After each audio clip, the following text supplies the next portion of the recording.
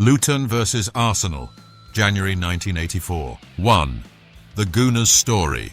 Lost shoes and lost mates told by Mark. I had two options that Saturday. Train it down to London and link up with the Arsenal lot heading up to Luton, or cut across from Watford to St Albans and try to pick them up en route. I gambled on St Albans, mistake number 1. On the train, I bumped into two lads wearing Arsenal badges and dodgy perms. They'd missed the main crew too. We stuck together, figuring we'd find our own path to the ground or bump into familiar faces along the way. Once off the train, we made for the Arndale Centre, standard. Across a patch of green, I spotted a familiar Arsenal lad ducking into a pub. Just as we made a move to follow, a mate of mine barged through a crowd of shoppers, face flushed. "Don't go near that boozer," he panted. "Luton lot just emptied out of it after a group of our lads. Carnage. They'll be back soon, mark my words." I said, fair enough, time to swerve. But the other two fancied a pint and some aggro. They strode off across the green, me shouting after them like a nagging mum. Not 2 minutes later, just as they pushed through the door, the Luton crew reappeared round the corner. Stay press, loafers, angry faces.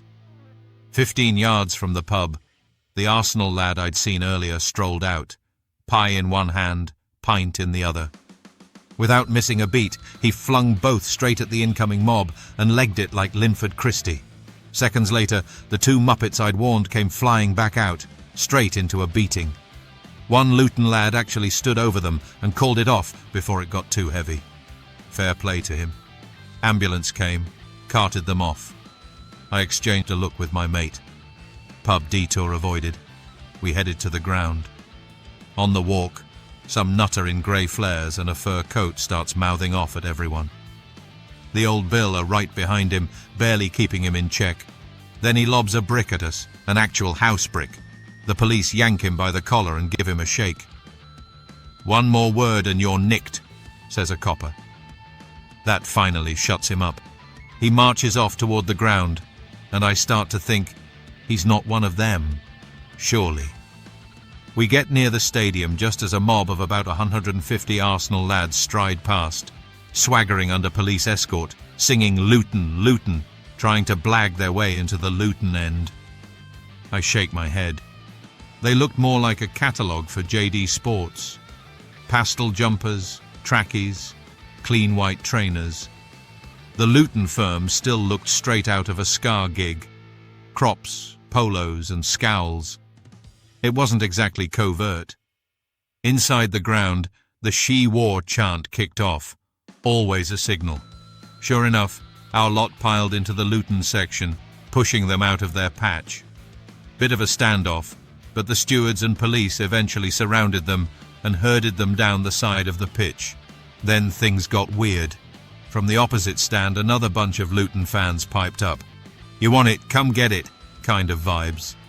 The Arsenal mob, ignoring the script entirely, leg it across the pitch. Luton scarpered. Our lot laughed their heads off. I chuckled too. That's how you do it, Watford, I thought, remembering when I tried something similar at 16 and lost my shoe escaping into the main stand. My mate Paddy had called me every name under the sun while chucking the shoe back up at me. Still owe him drinks for that. 2. The Luton fan story. A bit of an infiltration. "We saw them coming a mile off," said Kev, local Luton lad with a scar on his temple and more gold than Mr. T. "You don't dress like a Fruit of the Loom advert and think you're sneaking in." He was one of the lot in the Arndale pub when it all kicked off. We clocked a few of them walking past the glass. Too clean, too confident. A few lads burst out after him, caught a couple. One lad launched his dinner at us. Cheeky bastard. I was crying laughing, but it still nearly hit me. At the ground, Kev says he was stood near the Luton lads that got shifted by the Gooners. We weren't expecting him to go that hard, to be honest. Fair play, they took the top of the terrace. We regrouped, but the coppers weren't having any of it. Shut us down before we could rally. Kev pauses, takes a drag. But the main laugh came after.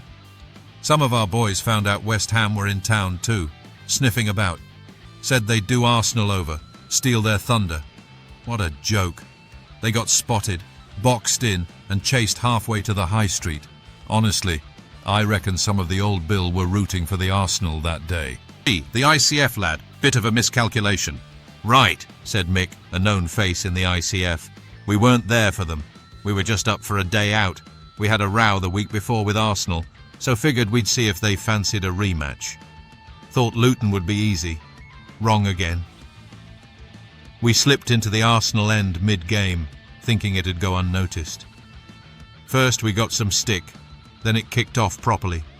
Few of us got surrounded sharpish. Some of them Gooners were proper up for it. We held our own, but numbers spoke volumes. We forced them back, and suddenly a gap appeared in the crowd. Packed in like sardines 1 minute, then somehow a gap appears. Always fascinated me, that did.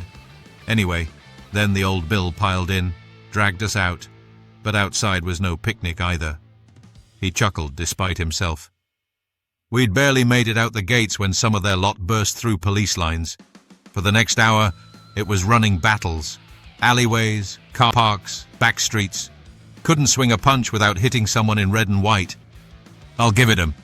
Arsenal showed up proper that day. We didn't really have the numbers, but we did well considering. They should have murdered us with their superior numbers, but we had them on the back foot several times. 4.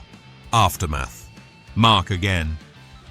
As we left the ground, we first faced off with the ICF, who were probably 300 strong, no match for our 5,000 nutters. They were backed off all down the Kenilworth Road. After we sorted them out, we faced Luton's firm, who had come round from their end in a bid for revenge after us running them earlier. They soon legged it. Then it was a free-for-all, with the old Bill trying to stop us rampaging through Luton. It was carnage, really. When I think about it now, it must have looked weird. All these young chaps running around trying to kill each other, all over a game of football. Even the local press couldn't make sense of it. Violence between Arsenal and West Ham firms erupts in Luton. No mention of the pies, bricks, or lost shoes. But we knew. And somewhere in the back of my mind I could still hear Paddy yelling, "You lost your fecking shoe, you mug!"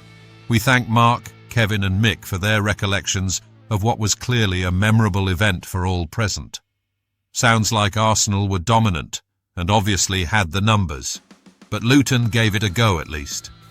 The Luton MIGs and Arsenal's Herd and Gooners are two underrated firms in my opinion, and the ICF has always been game for it. If you were there, leave your memories in the comments. Share, like, and subscribe, as it really helps our channel grow. Thanks for watching, and bye for now.